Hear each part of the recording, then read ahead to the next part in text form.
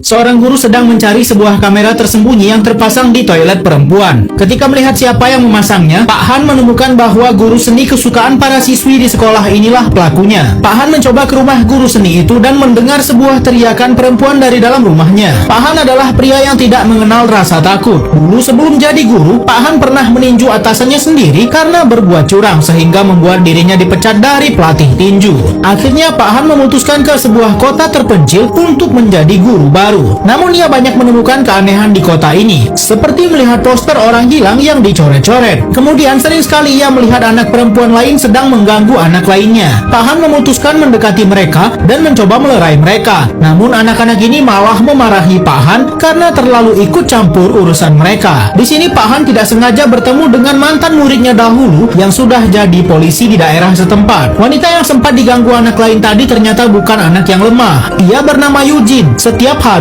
Eugene selalu mampir ke rumah sahabatnya yang menghilang untuk memberikan makanan kepada neneknya yang sendirian. Suyon adalah sahabat Eugene. Mereka begitu dekat sampai akhirnya kini Suyon tidak pernah kembali ke rumahnya. Malam itu ketika Eugene pulang, tanpa ia sadari ia diikuti seorang pria misterius menggunakan masker. Namun untunglah pria itu tidak sempat melukainya karena Eugene keburu naik bis. Sementara Pak Han kini sudah resmi menjadi guru baru sekaligus menjadi kepala kesiswaan yang baru. Pada hari pertama Pak Han tidak sengaja menabrak seorang murid sampai dirinya terjatuh. Kedua siswi itu melihat Pak Han begitu takut karena dirinya lebih terlihat seperti preman. Berbeda dengan guru seni sekolah yang begitu tampan. Pak Han walau dilantik sebagai guru olahraga, tapi tugas yang sebenarnya adalah menagih uang sekolah kepada murid-murid yang menunggak terlalu lama. Walau perlakuan murid-murid begitu kasar kepadanya, namun Pak Han tidak pernah sekalipun berpikir untuk mendesak mereka terlalu keras. Karena Pak Han mulai kesulitan, akhirnya dirinya memutuskan akan mencari murid dengan utang terkecil bernama Eugene. Pak Han berhasil menemukan wanita itu,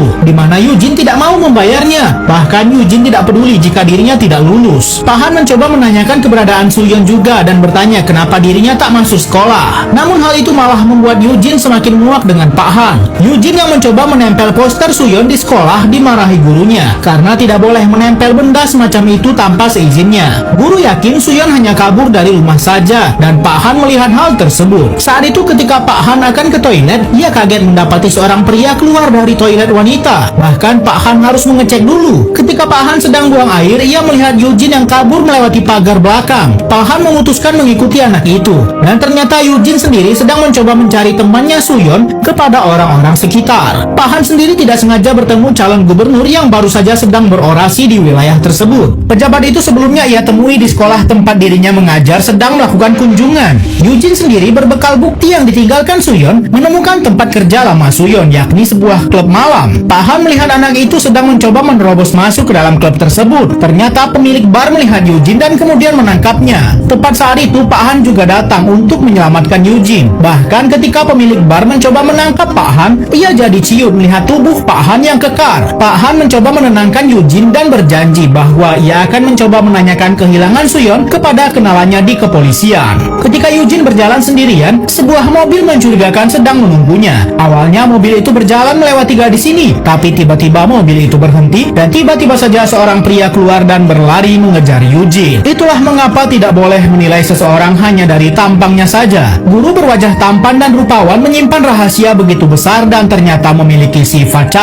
sedangkan yang bertampang preman dan berbadan kekar memiliki hati lembut dan baik hati, namun tetap saja para murid selalu menganggapnya menyeramkan. Pak Han diam-diam mencoba melihat isi pesan di komputer milik guru seni yang mengirim pesan kepada Suyon, murid yang sudah lama menghilang. Guru seni itu kini sedang membawa salah satu murid bernama Eugene. Pak Han yang tahu Eugene sedang dibawa mencoba menelpon Eugene dan memberitahunya bahwa sahabatnya Suyon terakhir kali bertemu dengan guru seni tersebut. Eugene melihat gantungan kunci milik sahabatnya di sana dan bertanya soal Suyon. Guru seni ini mulai marah dan kemudian berbuat kasar kepada Eugene sampai Eugene pingsan. Ketika Eugene terbangun, dirinya sudah berada di rumah guru seninya. Pak Han yang tahu kemudian pergi ke rumah guru seni itu lalu mendobrak masuk mencoba menyelamatkan Eugene. Belum sempat Eugene disembunyikan, Pak Han sudah berhasil masuk dan mencegah perbuatan guru seni itu lebih jauh. Guru seni itu memohon kepada Pak Han untuk tidak dilaporkan ke polisi. Guru seni itu beralasan bahwa malam ketika Suyon menghilang, ia memang mengajak anak itu untuk bertemu bertemu. Ketika guru seni itu mengajaknya pergi, Suyon menolaknya namun terlihat tampang Suyon yang berantakan. Pak Han mencoba mengikuti Suyon ke toilet dan menemukan HP Suyon yang hancur. Pak Han memarahi guru seni itu karena tidak langsung lapor polisi. Alasan guru seni itu adalah karena dirinya mencintai Suyon, itulah mengapa ia enggan melapor polisi. Setelah kejadian tersebut, Pak Han melapor kepada polisi, namun polisi tampak malas-malasan untuk menanggapi kasus hilangnya murid bernama Suyon itu.